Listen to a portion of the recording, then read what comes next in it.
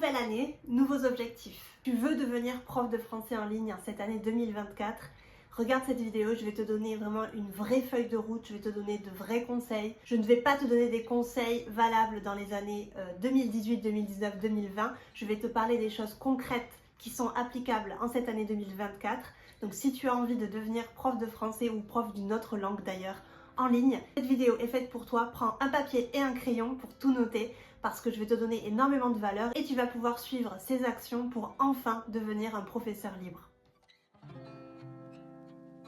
La première chose que tu vas devoir faire, ça va être de choisir un élève idéal. Je le sais, quand on se lance à notre compte, notre seule obsession, c'est de trouver des élèves. Je le sais, on s'en fout royalement que ces élèves soient de nationalité chinoise, espagnole, russe, qu'ils aient envie de passer le DALF ou juste apprendre pour le plaisir. La seule obsession qu'on a, la seule chose qui nous importe à ce moment-là, c'est qu'ils soient intéressés par nos cours et qu'ils payent à la fin du mois. Ça nous obsède, vraiment. La seule chose qu'on a en tête quand on se lance à notre compte, c'est trouver des élèves. Mais attention, si tu me suis régulièrement sur les réseaux sociaux, tu m'as déjà entendu parler de la notion de l'élève idéal. J'insiste fortement sur cette notion parce que pour moi, elle est fondamentale lorsqu'on se lance en tant que prof indépendant. Je sais encore une fois que notre obsession, c'est de trouver des élèves. On s'en fiche royalement de leur nationalité, de leurs objectifs, de leur niveau, etc. Mais attention, ne perds pas ton temps parce que ça fait des années que j'accompagne les profs indépendants et ça fait des années que je vois aussi que les profs qui ne choisissent pas un élève idéal dès le début perdent leur temps considérablement. L'élève idéal, pour faire simple, c'est l'élève qui se retrouve dans tes valeurs, qui adhère à ta vision du monde, qui est très motivé et impliqué et donc qui paiera sans rechigner tes tarifs, même s'ils sont élevés. Je fais souvent la même métaphore, mais quand tu as un problème au cœur, est-ce que tu vas voir un cardiologue ou est-ce que tu vas voir un médecin généraliste? Tu ne vas pas chez un médecin généraliste quand tu as un problème de cœur, tu vas chez un cardiologue et si besoin, tu le payes. Parce que cette personne-là, elle a des compétences, elle a des connaissances qu'un médecin généraliste n'aurait pas. Donc est-ce que tu vois la métaphore, est-ce que tu vois le parallèle? Donc le cardiologue va t'aider à régler ton problème, chose que peut-être ne pourra pas faire le médecin généraliste qui t'enverra du coup vers un cardiologue. Bien définir ton élève idéal, ça va t'aider à vivre correctement de tes cours en ligne parce que tu pourras facilement fixer des tarifs élevés corrélés à tes compétences, comme je l'ai dit tout à l'heure avec le cardiologue. Si tu proposes de répondre à un besoin spécial, par exemple préparation d'examen, aide à l'obtention de la nationalité française, enseignement du français pour les japonais, et j'en passe, et je pense que c'est beaucoup mieux que d'annoncer de simples cours en ligne de français pour tout le monde. Alors comment choisir cet élève idéal? Ça peut être vraiment une question qui revient.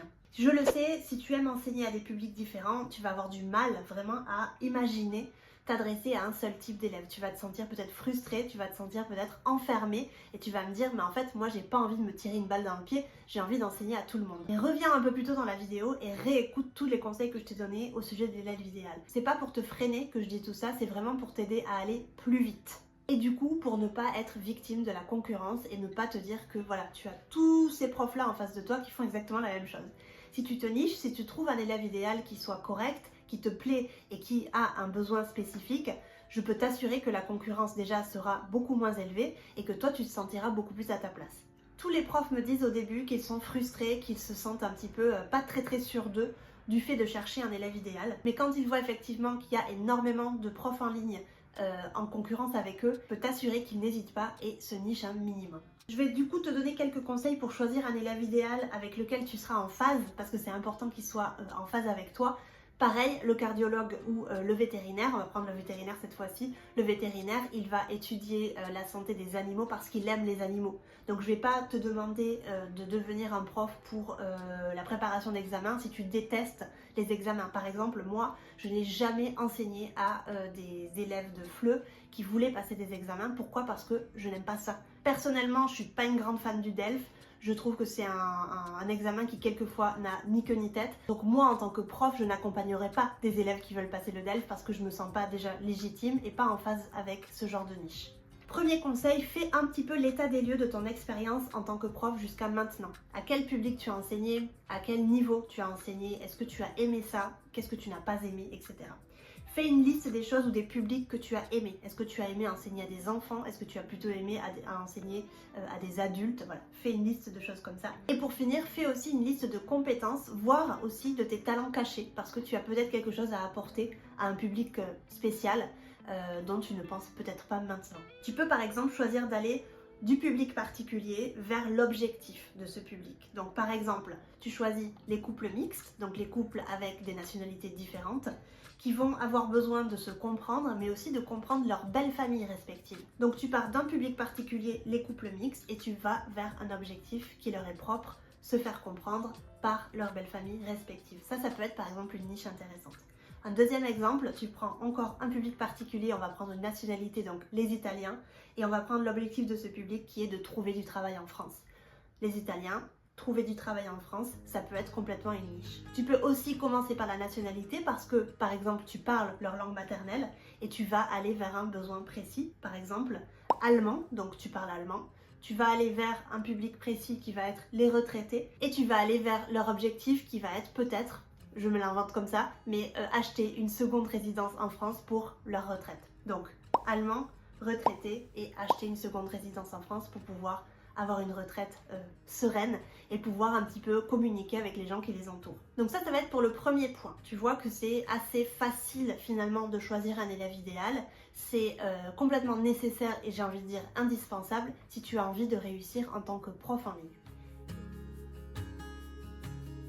Le deuxième petit point, ça va être d'aller lui parler à cette personne et de comprendre un petit peu son problème, voir son objectif. Tu le sais, quand on lance un business, quand les entreprises elles lancent un business, elles ont besoin de faire une étude de marché parce que sinon ça se casse la figure très facilement. Donc je t'encourage à faire une espèce d'étude de marché pour savoir un petit peu à qui tu t'adresses, pour savoir qui est-ce que tu as en face et pour connaître vraiment les besoins particuliers de ces personnes. Pour cerner qui est ton élève idéal, le mieux, ça va être de lui poser des questions directement, tout simplement. C'est vraiment le cœur du contenu du module 1 de l'école des profs, mon programme en ligne qui accompagne les profs indépendants. Je vais te conseiller de le questionner pour connaître vraiment au plus profond de lui ses besoins, ses envies et éventuellement ses problématiques. Peu à peu, du coup, tu vas adapter un petit peu ton mode de communication pour parler à ta cible et ta cible va se sentir complètement attirée par ta communication parce qu'elle saura que tu as cerné ses besoins. C'est pour ça que le contenu du module 1 de l'école des profs est vraiment axé sur cette recherche de l'élève idéal et le fait d'aller à sa rencontre. Je sais que ça peut intimider et je sais que souvent les profs sont assez réticents à l'idée d'aller voir ces personnes-là, mais je peux t'assurer qu'après avoir été à la pêche aux informations, les profs reviennent toujours vers moi, reboostés et me disent à quel point ils ne regrettent absolument pas de l'avoir fait et me remercient. Donc parfois ça confirme ce qu'ils pensaient, mais parfois aussi ça leur prouve que par exemple le marché n'a pas vraiment besoin de cours de français ou alors que le projet ne tient finalement pas la route. Donc ce qui va se passer, c'est que ça te fait gagner du temps et ça te fait gagner aussi de l'énergie parce que tu vas pas du coup t'évertuer à créer un projet qui ne tient pas la route.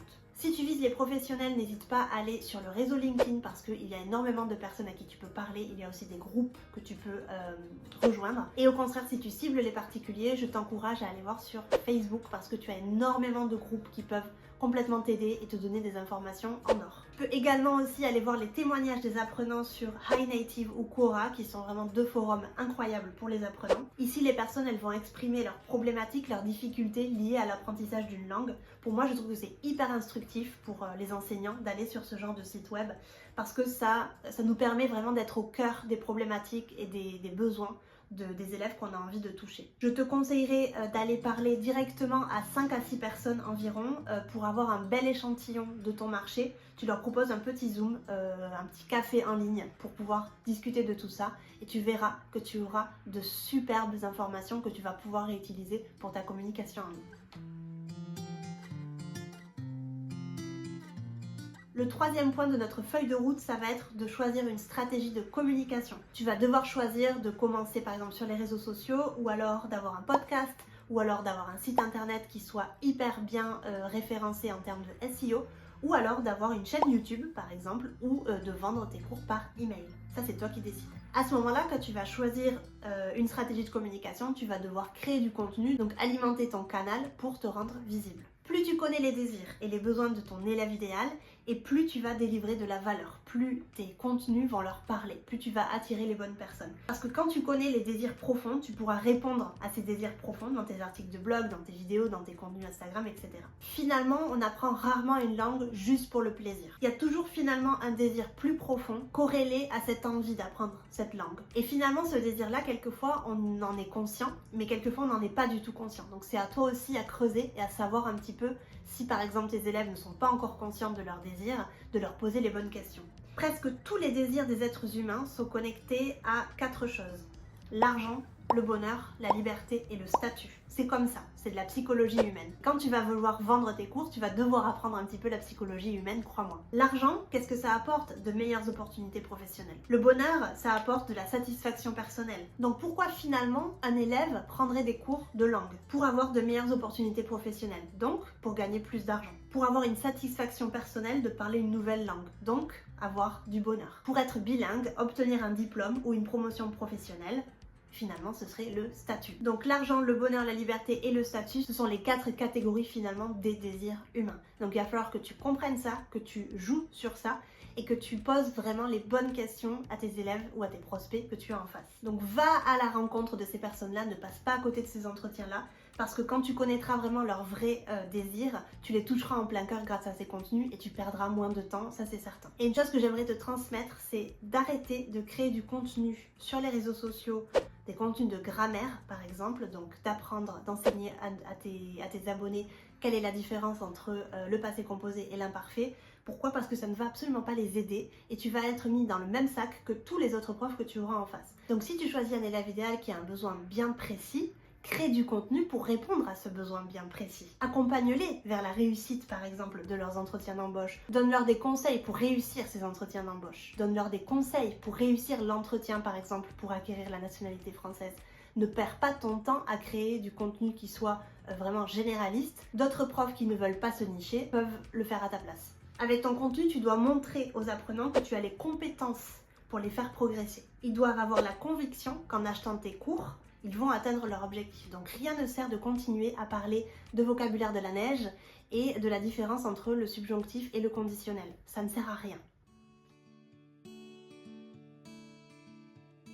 Le 4e point dans notre feuille de route, ça va être de créer une newsletter, donc de créer un rendez-vous en email avec tes prospects et un lead magnet pour capturer tes emails. Qu'est-ce que c'est un lead magnet? C'est un aimant à prospect, un aimant à client potentiel. Et l'un des objectifs de ce lead magnet là, ça va être d'attirer des clients à toi. Un lead magnet, qu'est-ce que ça peut être? Ça peut être un e-book gratuit, un podcast privé, une vidéo privée, un guide privé, une masterclass privée. Ça va être vraiment quelque chose, un contenu que tu vas créer pour attirer des personnes à toi. Donc vraiment, ne passe pas du tout à côté de cette création de lead magnet parce que ça va être vraiment très important pour ainsi commencer à remplir ta liste email. Aussi, au cœur de ta stratégie de communication, on va trouver la newsletter ou l'infolettre que tu vas envoyer à ta liste de manière hebdomadaire, bimensuelle, ça c'est toi qui choisis. Cette infolettre, elle te permet de parler de manière très directe, très précise, avec les mots qui touchent ta cible. C'est prouvé, la newsletter convertit 3 fois plus les prospects en clients. Je n'invente rien, c'est toujours plus facile de vendre par email, bien sûr que via des posts Instagram qui ont de moins en moins de visibilité de nos jours. Donc ne fais pas comme la majorité des profs qui mettent la newsletter de côté, écris à tes prospects dès le premier jour et tu m'en diras des nouvelles. Revenons un peu au lead magnet, donc tu mettras cette ressource en ligne en demandant une adresse email en échange. N'offre pas ton lead magnet en échange de rien du tout, ça c'est une grande erreur aussi que je vois chez les profs. Tu dois créer quelque chose et tu dois l'envoyer en échange d'un email. En capturant du coup ces emails, qu'est-ce que tu vas pouvoir faire? Envoyer régulièrement des emails, envoyer régulièrement des emails promotionnels pour que les personnes elles s'inscrivent à tes cours. Attention, même si ton lead magnet ou ton freebie, il y a aussi ce terme-là, est gratuit, il faut qu'il offre de la valeur. Ça c'est sûr. S'il n'a pas de valeur ou si c'est vraiment un truc nul, ça va servir à rien et ça va entacher ta réputation. Donc fais attention à ça. Il faut le voir comme un échantillon de ce que tu vends, donc il faut que ça ait de la valeur, effectivement. Et le 5e point sur ta feuille de route, et ça va être le dernier mais le plus gros, je pense, point, ça va être le fait de vendre. Soyons clairs, énormément de profs ne sont pas à l'aise avec la vente. Pire, en fait, ils en ont peur, mais quelquefois, c'est juste qu'ils ne savent pas qu'il faut vendre. Ils n'ont pas encore conscience que quand ils se mettent à leur compte, ils sont obligés de devenir des commerciaux. Le problème, c'est qu'ils ont l'impression d'être des marchands de tapis, et je vais te donner un petit peu mon raisonnement à ce sujet-là. Il n'y a aucun problème à vendre un produit de qualité, en l'occurrence tes cours, ou ton approche pédagogique unique. Tu ne vends pas un tapis, tu aides tes élèves en leur promettant d'acquérir des compétences qu'ils cherchent à obtenir. Je te mets d'ailleurs une vidéo à ce sujet-là qui te permettra d'aller un petit peu loin dans cette réflexion. Mais la vente, c'est finalement écouter ce dont a besoin ton élève pour simplement lui apporter une solution. comprendre que tu rends un service, avoir confiance en tes compétences et connaître sur le bout des doigts ton élève idéal et ses désirs, ça va vraiment faire une grande différence. Donc vendre, ce n'est pas arnaquer, c'est rendre un service. Vendre aussi, c'est tisser une relation humaine. C'est comme une rencontre entre une personne qui offre un produit ou un service et une personne qui a potentiellement besoin de quelque chose. Vendre, c'est faire une proposition, c'est proposer un échange. Les autres ont besoin de toi et toi, tu as aussi besoin des personnes pour pouvoir vivre de ton activité. N'oublie pas que tu as quelque chose à apporter au monde et que ces personnes-là ne peuvent pas l'avoir sans toi si, encore une fois, tu es bien niché et que tu apportes une vraie solution aux problèmes de tes prospects. J'en parlais du coup récemment dans une newsletter, mais dès que tu décides de te lancer à ton compte comme prof, tu deviens inévitablement commercial. Que ça te plaise ou non, c'est le prix à payer pour être libre. C'est comme finalement quand ton iPhone, il t'écoute, quand tu cherches un nouveau canapé. Tu viens d'emménager, j'ai été victime de ça il n'y a pas très longtemps parce que je viens d'emménager. Donc quand ton iPhone t'écoute, quand tu cherches un canapé, quand tu cherches un nouveau micro-ondes, etc. Et qu'ensuite tu as plein de pubs quand tu scrolles sur Instagram, en fait finalement l'iPhone il te rend un service en te proposant des produits dont tu aurais besoin. Il te propose des alternatives. Donc c'est de la vente un petit peu cachée, mais c'est de la vente. Donc tu as un besoin, il répond à ce besoin. Toi, tu es prof, tu as un service et tu vas répondre aux besoins de tes personnes en face. C'est vraiment ça, comme ça qu'il faut voir la vente. Si tu n'as pas envie de vendre, si tu as juste envie d'enseigner, alors ne sois pas auto-entrepreneur. Ou alors si tu ne veux pas d'argent en échange de ton travail parce que tu te sens mal de recevoir de l'argent, alors peut-être que le bénévolat est fait pour toi. Il faut regarder finalement les choses en face. Je sais que je suis un petit peu dure, mais c'est aussi pour que tu adoptes la bonne attitude en ce qui concerne la monétisation de ton expertise. Rassure-toi, ça se travaille. On n'est pas né vraiment avec toutes ces connaissances, ça se travaille, ça c'est pas un problème.